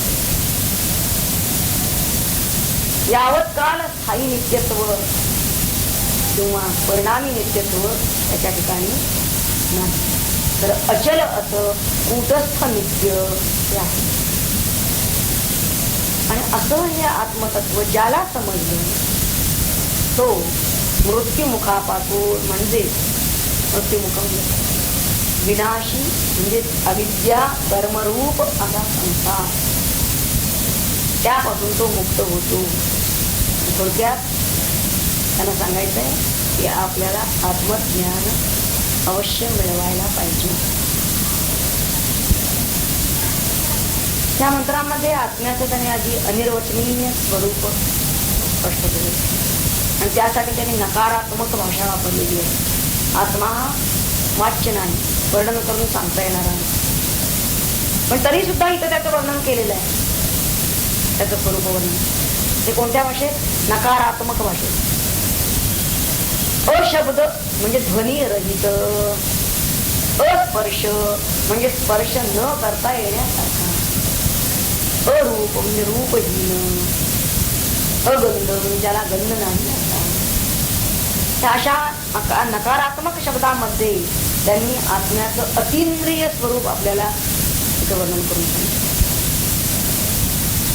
एक एक इंद्रियाचा एक एक गुण त्यांनी घेतलेला आहे. ज्या ज्ञानेंद्रियामुळे ज्या विषयाचं ज्ञान आपल्याला होतं आणि ते घेऊन तो असा नाही सांगण्यामध्ये त्यांना त्याचं अतींद्रिय स्वरूप सांगायचं. म्हणजे थोडक्यात आपल्या ज्ञानेंद्रियांना हे आत्मतत्व जाणता येणार नाही, हे यातून कळणार. आता पुढे तरी सांगितलं ते अव्यय आहे. ज्याला अंग नसतं त्याला क्षय असत नाही. आत्मतत्व हे निरवयव आहे म्हणून ते अव्यय. ते द्रव्याप्रमाणे खर्चही होत नाही आणि त्याचे गुण काही कमी जास्तही होत नाही. ते होण्याचा संबंध गुणांनी युक्त असतो तोच नाश पावतो. आणि हा कसा आहे? गुणातीत आहे, त्यामुळे हा अव्यय आहे. अव्यय शब्दाचा अर्थ आपल्या सगळ्याचा. आणि अव्यय का म्हणलं? पुढे तरी म्हणलेला आहे तो नित्य आहे, म्हणजे सर्वत्र आहे, सर्वगत आहे आणि सर्व कालात आहे. सर्व कालात असूनही कालातीत आहे आणि ते अविनाशी असून नित्य आहे, म्हणजे सदैव आहे नित्य. पुढे ते म्हणतात ते अनादि असून अनंत आहे, म्हणजेच आदि अंत रहित आहे. याचं कोणीही कारण नाही, कारण हे कशाचंही कार्य नाही. हा मुळातच कार्य कारणातीत आहे. जे भूभव म्हणजे होत त्याला आदि असतो. प्रत्येक भूत झालेल्याला आदि आहे आणि म्हणून त्याचा अंत होतो. परंतु हा असा झालेला नाही, तो असतुची असे असणे पण त्याचं अबाधित आहे. हा म्हणूनच अनादि अनंत असा म्हणतो. पुढे ते म्हणतात हा मत होऊनही पर म्हणजे श्रेष्ठ आहे किंवा पर म्हणजे त्याच्या अतीत आहे. याचा अर्थ तो सर्व साक्षी स्वरूप आहे किंवा ज्ञान स्वरूप आहे. पुढे म्हणलेला आहे हा ध्वम आहे, हा कूटस्थ नित्य आहे, कधीही डळणारा नाही, स्वस्वरूपापासून कधीही च्युत होणारा नाही, असा हा अक्षय आणि अविकारी आहे. अशा त्याला निश्चय जाणून घेतल्यावर आता हे जाणणं कसं आहे? ज्ञानेंद्रियांनी जाणणं नव्हे किंवा मनानं आणि बुद्धीनं जाणणं नव्हे, तर अंतरदृष्टीनं स्वानुभूती याला जाणणे असं म्हणलं. म्हणजे अंतर्मुख होऊन ज्ञानदृष्टीनं त्याची प्रतीती घेणे म्हणजे जाणणे. असा आत्मप्रत्यय घेणारा जो आहे तो मृत्युमुखापासून सुटतो, म्हणजेच मुक्त होतो. मृत्युमुख असा शब्द इथं आलेला आहे. मृत्युमुख म्हणजे काय? अविद्या, काम आणि कर्म रूप जो संसार, त्या संसारापासून तो सुटतो, म्हणजेच मुक्ती. तर ही अविद्या म्हणजे हे अज्ञान हेच जीवाचं खरं मृत्युमुख आहे. जोवर हे अज्ञान आहे तोवर तो मृत्युमुखात आहे. मृत्यूची टांगती तलवार त्याच्यावर सदैव आहे. हे अनादि अज्ञान त्यातून ज्या क्षणी त्याची सुटका होईल त्या क्षणी मृत्युमुखातून सुटका झाली, म्हणजेच मुक्ती मिळाली असं म्हणता येईल. असा महात्मा पुन्हा संसाराला येत नाही.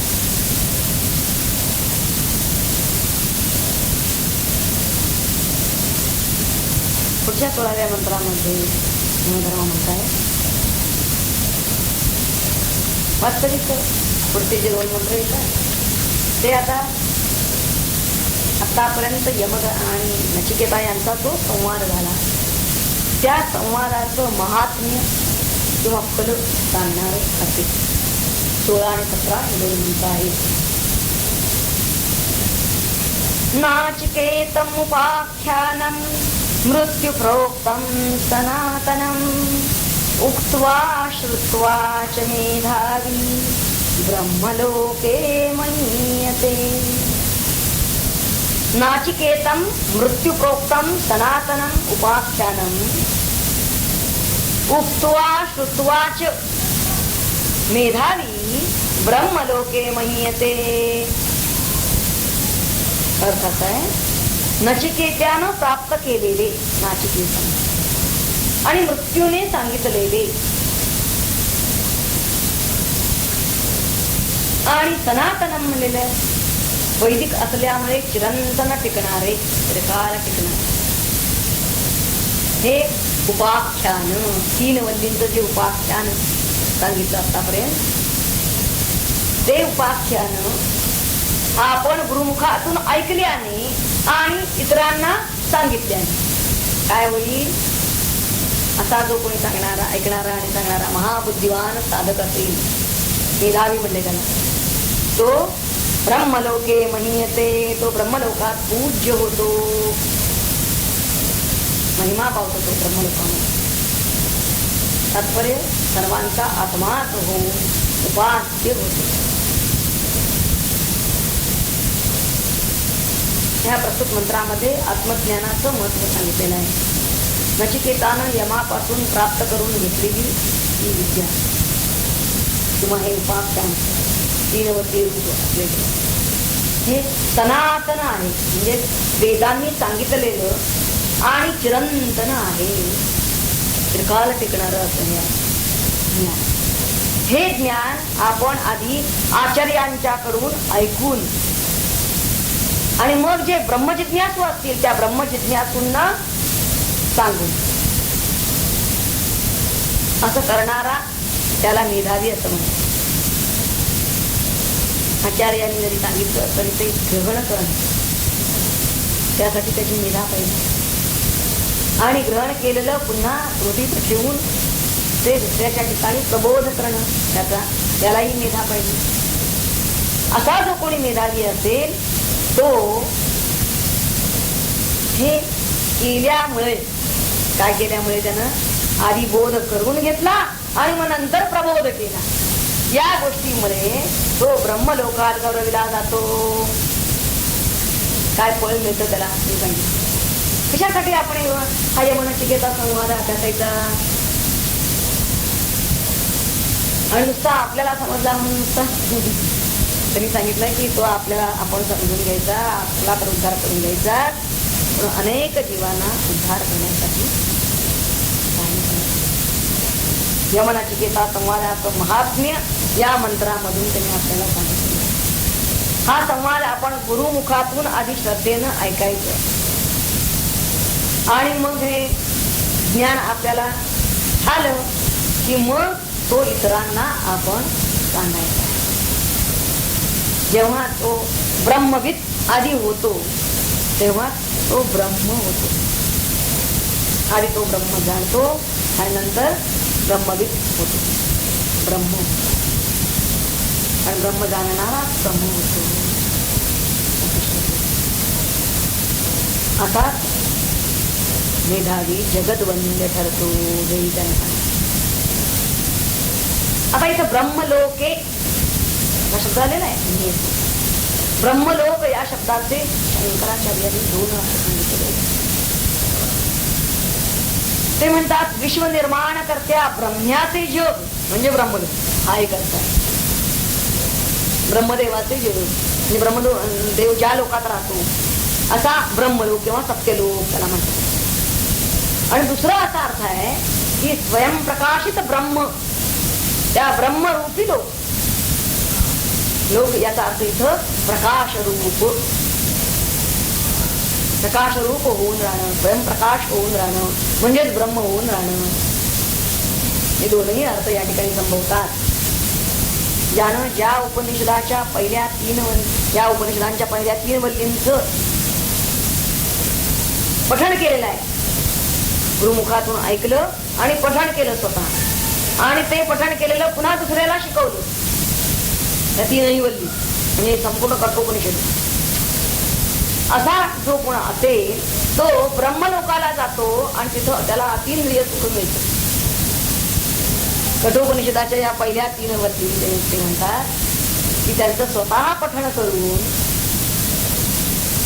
इतरांना जो तो त्याचा पाठ देतो तो ब्रह्मलोकाला जातो. तिथे तर आपली अलौकिक सुख लागतं, दिव्य सुख प्राप्त होतो. आणि दुसरा अर्थ असा आहे की गुरुमुखातून आत्मतत्वाचं विवरण ऐकून त्याचं मनन चिंतन करून विविध्यासानं आपण स्वतः आत्मरूप होणं. असा महात्मा म्हणजेच ब्रह्मवेत्ता जो असेल तो ब्रह्मच होतो, असा दुसरा.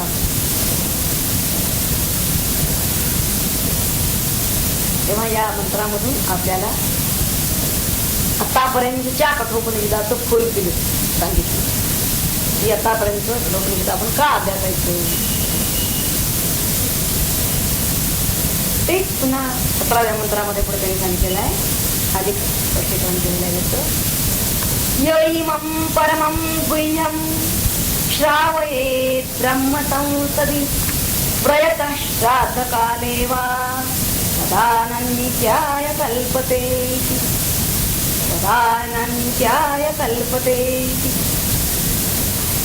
या इमं परमं गुह्यं ब्रह्मसंसदि प्रयतः श्रावयेत् वा श्राद्धकाले तत् आनन्त्याय कल्पते तत् आनन्त्याय कल्पते.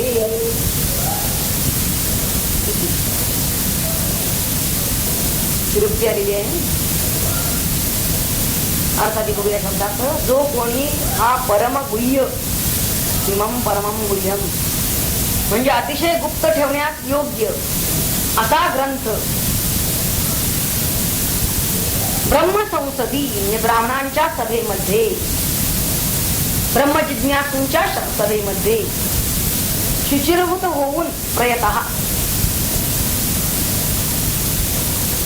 ग्रंथ रूपानं म्हणजे अक्षर रूपानं पाठ मात्र करून किंवा अर्थतः अर्थ सांगून ऐकवी आधी श्रावयेत किंवा वा श्राद्धकाले श्राद्धकाली ब्राह्मण भोजन समयी काय करायचं त्यानं त्यांना त्या ब्राह्मणांना ऐकवी ब्रह्मसंसदी ऐक श्रावयेत ते दोन्हीकडे घ्यायचं.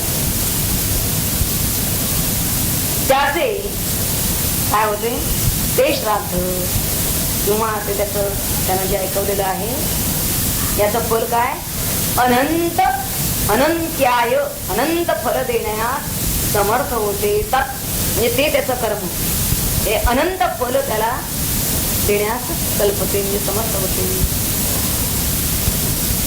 म्हणजे त्या कर्मानं तो अनंत फल मिळवतो. श्राद्धकाले नाही श्राद्धकाले असं नाही. ब्रह्मसंसदी हे पण आधी घेतलेलं आहे. पण ते म्हणतात की जसं ब्रह्मसंसदी तसंच श्राद्धकाले वा किंवा श्राद्धकाले सुद्धा. पण त्यावेळेला श्राद्धकाले ब्राह्मण येत आहेत, ब्राह्मणांना मुद्दाम बोलवलेलं आहे. त्यावेळी सुद्धा जर त्यानं हे ऐकवलं कारण हे मृत्यूरहस्य आहे म्हणून श्राद्धकाळी विशेष पर्वकाळ सांगितलाय. त्याचा पर्वकाळ आहे हा श्राद्धकाळ. त्यावेळी त्यांना ऐकवायचं. या मंत्राच्या शेवटी त्यांनी तदानन्त्याय कल्पते या पदाची विरुक्ती केलेली आहे. अध्यायाचा शेवट झाला हे सूचित करण्यासाठी शेवटच्या मंत्राचा शेवटचा भाग पुन्हा म्हणण्याची शैली आहे. आणि म्हणून ही विरुक्ती अध्याय संपला हे दाखवण्यासाठी आहे. पहिला अध्याय इथं कठोपनिषदाचा संपतो. या अध्यायामध्ये वेदांताचा अधिकारी जो अभ्यासक त्या अभ्यासकाचं चित्र इथं चांगलं रेखाटलेलं आहे. आत्ताच्या या शेवटच्या मंत्रामध्ये त्यांनी या अध्यायाचं खोल आपल्याला सांगितलेलं आहे. परिष्कार म्हणतात हा अत्यंत गुह्य म्हणजे गुप्त असा ग्रंथ आहे. आणि तो जो अर्थतः पठण करतो नुसतंच पाठ म्हणायचं नाहीये तर अर्थतः पठण करायचं. आणि ब्रह्मजिज्ञासूंना ऐकवतो. स्वतः आधी अर्थता पठण करतो आणि नंतर ब्रह्मजिज्ञासूंना ऐकवतो. असा जो कोणी असेल तो अनंत फल मिळवतो. कारण हा परमात्मा हा सर्व भूतांमध्ये गूढ आहे, गूढ आहे, गुप्त आहे, अगाध झालेला आहे. तो प्रकाशमान होत नाही, कारण तो अतिसूक्ष्म आहे. म्हणून अतिसूक्ष्म बुद्धीनं तो दिसतो. पण सूक्ष्म बुद्धीला प्रतिबंध करणाऱ्या काही गोष्टी आहेत. कोण कोण प्रतिबंध करतो सूक्ष्म बुद्धीला? की ज्याच्या योगानं हा आत्मा पाहिला जात नाही. पाहावे आपणास आपण. पण हा पाहणारा जो आहे त्याची बुद्धी जर सूक्ष्म झालेली नसेल तर तो पाहू शकत नाही. आणि त्या प्रतिबंधाचं निर्देशन करण्यासाठी म्हणून पुढे 4थ्या वल्लीला आरंभ होणार आहे. कारण तिथे जे आपलं कल्याण, आत्मकल्याण, त्याला प्रतिबंध करणाऱ्या कोणत्या गोष्टी आहेत या जर आपल्याला कळल्या तर त्याचं निरसन आपण करू शकतो. नाही तर आपल्याला आत्मदर्शनामध्ये अडथळे येतील. म्हणून पुढच्या 4th वल्लीमध्ये प्रतिबंधक दोष सांगितलेले आहेत. आणि ते दोष दूर करण्यासाठी म्हणजे का सांगितले तर ते दोष आपण दूर करावेत किंवा त्या दोषांवर मात करावी यासाठी म्हणून सांगितलेलं आहे. आत्मदर्शनामधील ती विघ्न आहेत असं म्हणता येईल. आणि त्यातील पहिलं विघ्न पहिल्याच मंत्रात त्यांनी सांगितलेलं आहे, इंद्रियांची बहिर्मुखता असं पहिलं विघ्न.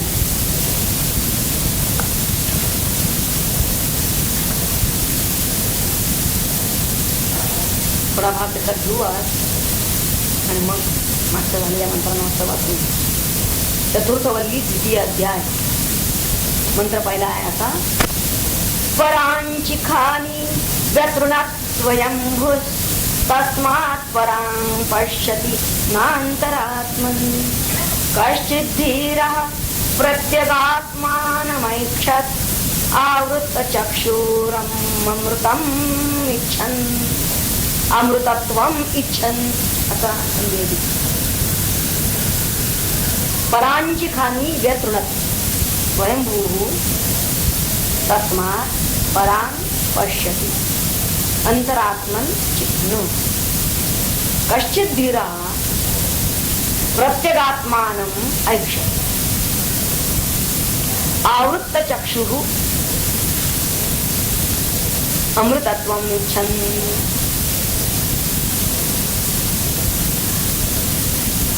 परांची अरे आपला परा म्हणजे बाहेर, अंजंती म्हणजे जाता, परा अंजंती म्हणजे परांची म्हणजे बाहेर जाणारी, खानी म्हणजे छिद्रे गोलक शब्दशः अर्थ, त्यावरून उचितार्थ इंद्रिये. इंद्रिये ही शब्दादी विषय प्रकाशन करण्यासाठी म्हणून बाहेर प्रवृत्त होता, बाहेर जातात. ही बहिर्मुख स्वभावाचीच आहे. इथं मंडळावरती ही व्यतृणत म्हणजे त्यांचं हनन केलं. कोणी? स्वयंभू. स्वयंभू म्हणजे परमात्म्याने. परमात्मा स्वतःच सर्वदा स्वतंत्र, परतंत्र नसतो म्हणून त्याला स्वयंभू असं म्हणलेलं आहे. इंद्रियांना बहिर्मुख करणं हेच त्यांचं हनन आहे. आणि इंद्रिये जर अंतर्मुख स्वभावाची असतील तर ती आत्मनिष्ठ होऊन अमृतत्वाला प्राप्त झाली असती. समज झाली असती. पण आपण पाहतो इंद्रिय कशी आहे, विकारी आहे, विनाशी आहे, नष्ट होते. ती काही अमर नाही. त्यांना अमरत्व का नाही मिळत? कारण ती बहिर्मुख आहे. त्यांना स्वभावतःच बहिर्मुख करणं हेच त्यांना मारणं आहे. बहिर्मुखता म्हणजेच मृतता. परमात्म्यानं इंद्रियांना बहिर्मुख करून ठेवलेलं असल्यामुळे बहिर्रूप जे अनात्मभूत पदार्थ शब्दाधिकाधिक जे आहेत ते शब्दाधिकांना पाहतात, आपण पाहू शकतो किंवा आपण अनुभवू शकतो. इंद्रिय बहिर्मुख असल्यामुळे बाहेर जे जे अनात्म पदार्थ आहेत त्यांना आपण अनुभवू शकतो,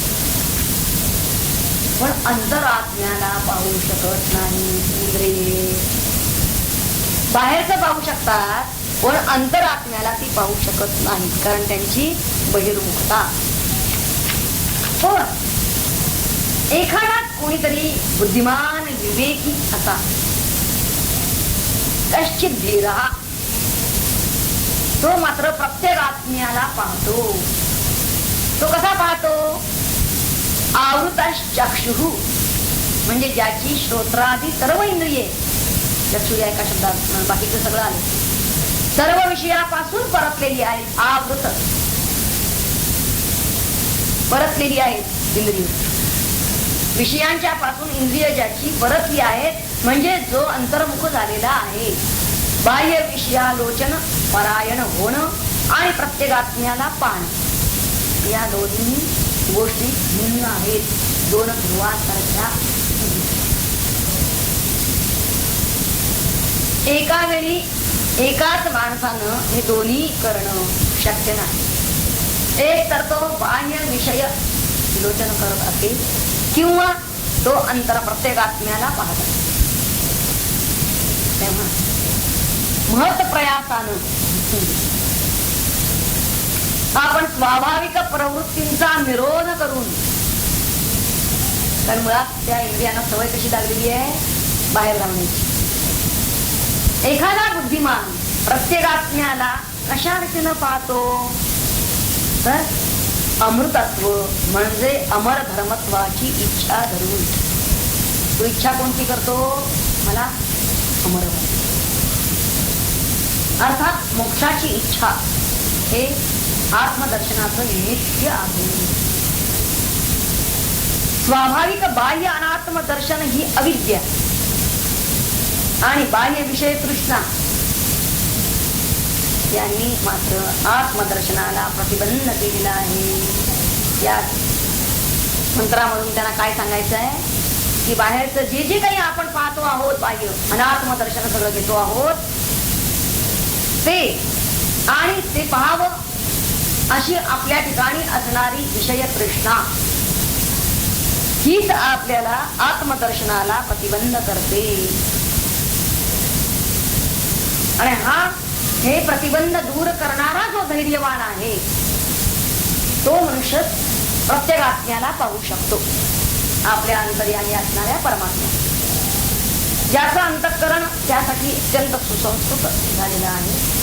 असा जो विवेकी मनुष्य आहे तोच. आता हे कसं आहे? ज्याप्रमाणे एका नदीमधल्या एखादा मोठा मासा नदीच्या उलट दिशेने, प्रवाहाच्या उलट,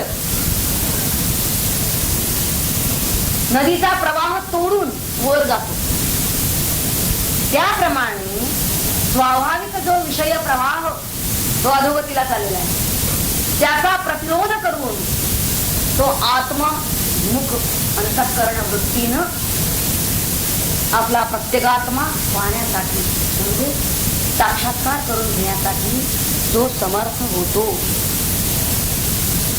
असा विवेकी किंवा धैर्यवान, धीरा असा शब्द जरा वापरलेला आहे. तो कश्चित एखादाच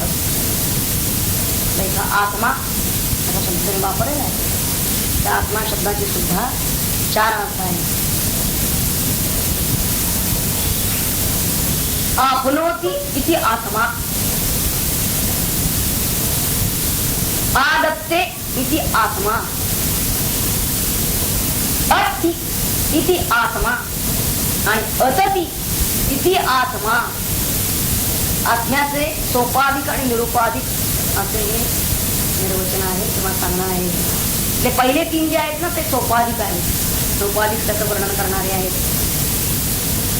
सोपाधिक स्वरूप आत्म्याचं उपाधीला धरून आपणोती तो मिळवतो, प्राप्ती या अर्थानं सांगितलेलं आहे.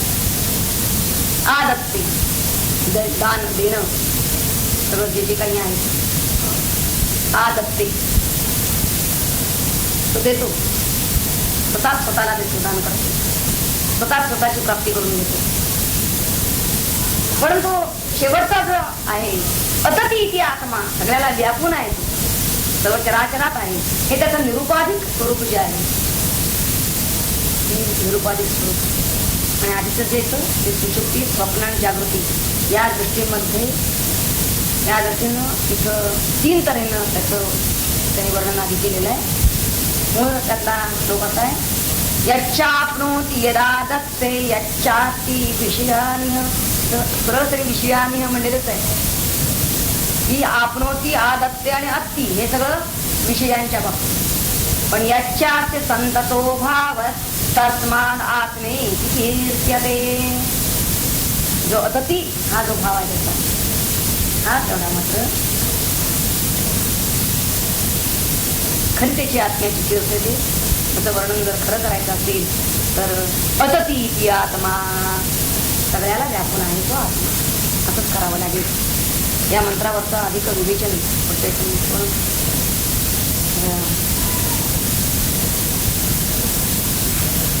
अमृतत्व निच्छन म्हणजे त्यांनी अमृतत्व म्हणजे काय, पण संपूर्ण सगळा विचार आपण आधी करायचा आहे. आता आधी आपण वरदानला भारत परमात्मा अशब्द असे, त्या योगेना श्रवणाकवसे, गुणासीना लागत असे, ताहूल त्याची किरमानी. स्पर्श गुणाचा अभाव, तेणे त्वचेस न लागे ठाव, आकाशाचा शोधण्या वाव, साधपणेचा कामानी. रूप नसे ज्याच्या जवळी, म्हणून दृष्टी आंधळी, कल्पनेची जीवी पुतळी, ठेविली पुढती अंधाच्या. जिवेस जो परतो रस, ईश्वरी नाट्याचा वास, पत्री लिहून पियुष, साठण्या द्यावे द्वैतासी. तिखट नाक असल्यावरी, पुंगून माग लागे तरी, शोधन घेता येईल परी, गंध विरहित आत्म्याचा. मनबुद्धीसी उमगून येत, जे काचे साधी शांत, परमात्मा हा अनंत अनादी स्वरूपाने. जाणीव मनवा बुद्धीसी, ज्यांची होते हरनिशी, वस्तू त्या सती विनाशी, अविनाशी असे आत्मा. क्षणभंगुरता चंचलता, जाणीवेशी सहाय्य भूता, उलट स्थिरता अक्षयता, कारण होते अबोधाची. वातावरणाचा बहुत भार, असे आपल्या देहावर, सातत्याने शिरभर, जाणवेना कोणाची तो. देवी अव्यय शाश्वत, परमात्माना कळोनी येत, बुद्धी होतसे कुंठित, जाणू जाता त्याला. परी साधक निग्रही, विरक्त जिज्ञासू उत्साही, पडाला ओणी सर्व काही, जाणून घेती आत्म्याची. आत्मा निर्गुण निराकार, शांत शाश्वत निर्विकार, परी तोच होतो आधार, जणू त्यांच्या प्रयत्नाची. सामान्या जे प्रतिकूल, त्यानेच थोरा चढे बळ, झंझावाते वनवा प्रबळ, ज्योत दिसते सुंदरी. असो आत्म्याची जाणता, निर्भय होतो ब्रह्मवेत्ता, सहजतयाची मुक्तता होते मृत्युमुखातून. पुन्हा पुन्हा जन्मा येणे, पुन्हा पुन्हा मरून जाणे, सुखदुःखाची भोगणे, अस्वास्थ्याने भरलेल्या. आता याचे त्याच्या जवळी, नावी नावरते मुळी, सगळीकडे सर्व काळी, ज्ञानी राहे आनंदी. अशी ऐकता धर्मवाणी, जिज्ञासूंचा मुकुटमणी, श्रोत्यांचा तो अग्रणी, पुन्हा विचारी नचिकेता. मजलागी उमजली आता, या मार्गाची कठीणता, परमात्म्याची ही महत्ता, लक्षात आली काहीशी.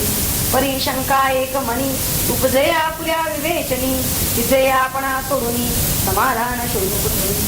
आपण हा कल्पतरू, आपण गायनी वासरू, संकोचाने काय धरू, वीर तुम्हा पुढती करू. धर्मराज काही न बोलला, तरी दयाच्या प्रसन्नतेला, पाहोनिया धीर आला, मग विचारी नचिकेता. मनबुद्धीची साधने, इंद्रियात ईश्वराने दिली मानवा कारणे, कार्यक्षमत्या करण्याची. तोच आत्मा राहून हृदयी, सर्वांना त्या प्रेरणा देई. चेतना चेतनताची दिसोन येई, त्यांची ती तो आत्म्याची. असे असता आत्म्याप्रती, कैसी ती ना ओळखती, कृतज्ञताही ऐशारीती, आली कोठून त्यांच्यामध्ये. करा याचे समाधान, तुम्ही देवा कृपाघन, फार उत्सुक माझे मन, अतृप्त त्याची ठेवान. तेव्हा यम सुखावला, त्यांनी गौतम आलिंगिला, पुंगोनी त्याच्या मस्तकाला बोलला तो प्रेमाने, नचिकेत्या तू खरा चतुर, मार्मिक प्रश्न करीसी फार, म्हणून वाटे वारंवार तुझा मिळो तुझ्या परी. थोडा वेळा आता परी थांबू आपण मध्यंतरी, 3 दिवस नव्हतो घरी काम काही हसे मला. दिनी आजच्या तुही पुरती घ्यावी चांगली विश्रांती, पुन्हा उदयिक प्रभाती बोलू आपण शांतपणे. त्याला नचिकेता आदराने जशी आपुरी आज्ञा म्हणे, आला विश्रांती करणे सत्यदर्शित मंदिराती. सहज मिळाला श्रवणा पाठी, वेळ पुरेसा मंगनासाठी, विश्रांतीची न करिता गोटी रंगून गेला ध्यानामध्ये. प्रसंगाची या फलश्रुती परमादरे सांगे श्रुती, जेणे साधकाच्या चित्ती वाढे याचे आकर्षण. नचिकेत्याचे उपाख्यान जे साधका जीवन, जे संयमाचे प्रवचन जिज्ञासूशी नित्यावे. जयाच्या खऱ्या श्रोत्याला शक्य नयेने कंटाळा, पर्वणींची भाविकाला पूर्वभाग्ये प्राप्त झाली.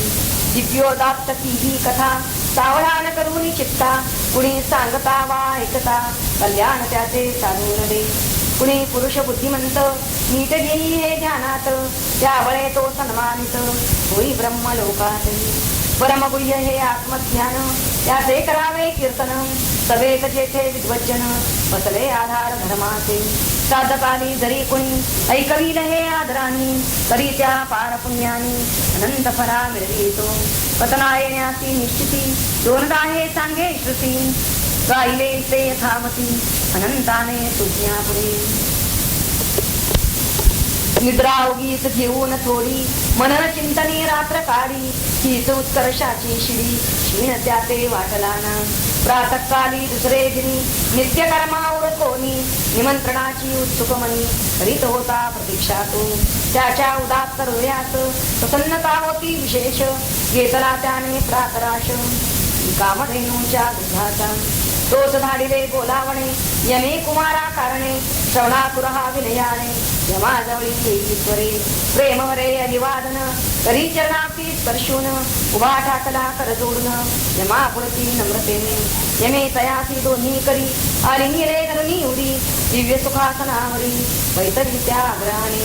सुखशयनादि करी प्रश्न आणि म्हणे संबोधून, नचिकेत्या तू मज लागून काय पुसले काल पुसले होते जे. ऐकतयाचे उत्तर सांगतो मी सविस्तर, मार्मिक सती खरोखर तरी सावन चित्तराही. ईश्वराने मानवाला ब्रह्मदर्शना निर्मिला, दिले वरदान तयाला हृदय आणि बुद्धीचे. करण्या देहाचे धारण सेवक दिला इंद्रिय गण, अन्नादींचे संपादन देहासाठी करीतो जो. अध्यात्मिक चतुर्थ वल्ली त्यामध्ये मंत्र पहिला आपला चालला. परांची खानी व्यातृणात स्वयंभू, तस्मात् परां पश्यति अंतरात्मनि. कश्चित् धीरः प्रत्यगात्मना प्रत्यगात्मानमैक्षत्, आवृत्तचक्षुषमृतत्वमिच्छन्. परांची खानी व्यतृणात् स्वयंभूः, तस्मात् परां पश्यति अंतरात्मन न. कश्चित् धीरः प्रत्यगात्मानम् ऐक्षत्, आवृतचक्षुः अमृतत्वम् इच्छन्. पराक म्हणजे बाहेर, पंचनिकी म्हणजे जाता, परांची म्हणजे बाहेर जाणारी, आणि खाणी म्हणजे छिद्रे गोलक. त्यावरून इथं लक्षितार्थ काय आहे? इंद्रिये. इंद्रिये ही शब्दादी विषय प्रकाशन करण्यासाठी बाहेर प्रवृत्त होतात, म्हणजे ती बहिर्मुख स्वभावाचीच आहे असं म्हणलेलं आहे. स्वयंभू म्हणजे त्या परमात्म्यानं, परमात्मा सर्वत्र स्वतः सर्वदा स्वतंत्र असतो, कधी तो परतंत्र असतो, म्हणून त्याला स्वयंभू असं म्हणलेलं आहे. त्या स्वयंभू परमात्म्यानं इंद्रियांना बहिर्मुख केलं, आणि हेच त्याचं हनन आहे. त्यानं बहिर्मुख करून टाकलं, हेच त्यांचं हनन केलं असं म्हणलेलं आहे. कारण इंद्रिय जर अंतर्मुख स्वभावाची झालेली असती तर ती आत्मनिष्ठ झाली असती आणि अमृतत्वाला प्राप्त झाली असती. पण त्यांना स्वभावताच परमात्म्याला